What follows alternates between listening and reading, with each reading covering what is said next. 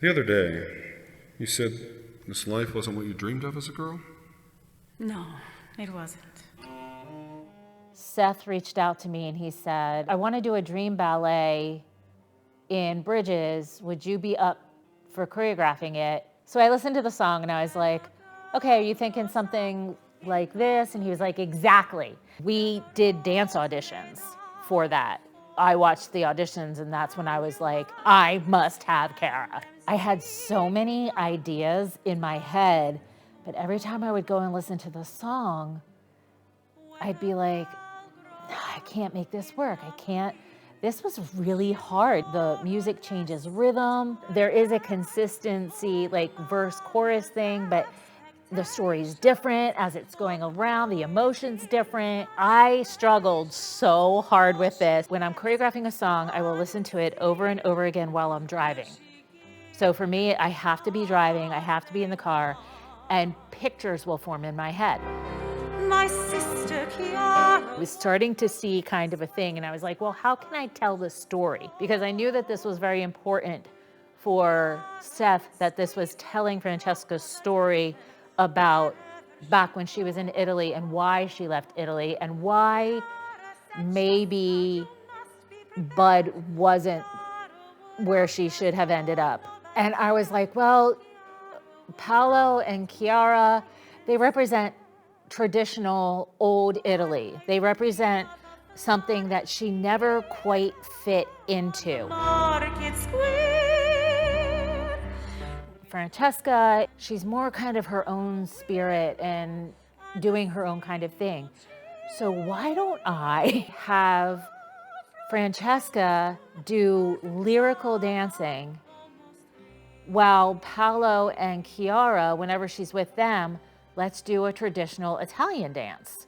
And so I pulled steps from the actual tarantella. So when you're watching the steps that Chiara is doing and the steps that Paolo is doing with Francesca, those are all taken from the tarantella, which is the Italian folk dance. And I was like, yeah, that works, that works.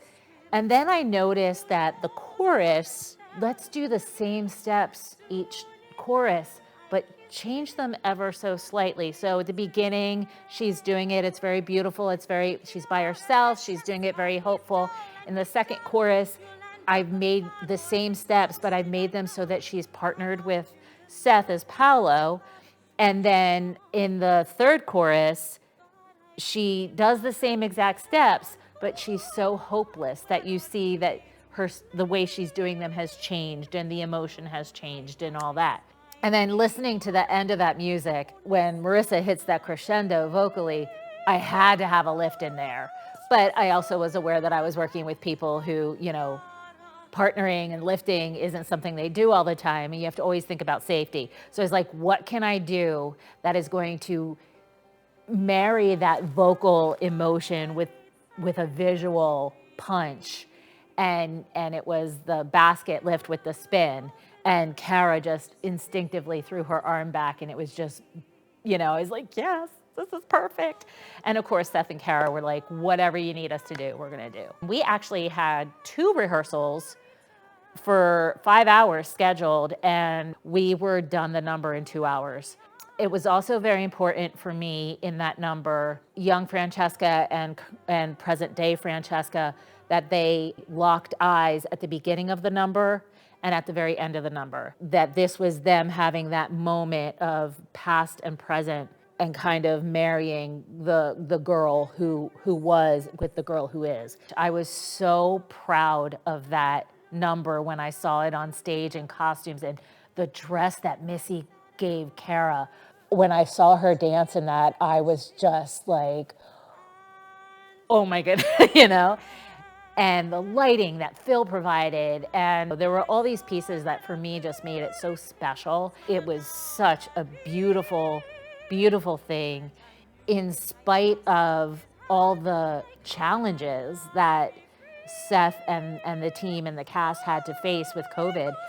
The people here are the most welcoming people.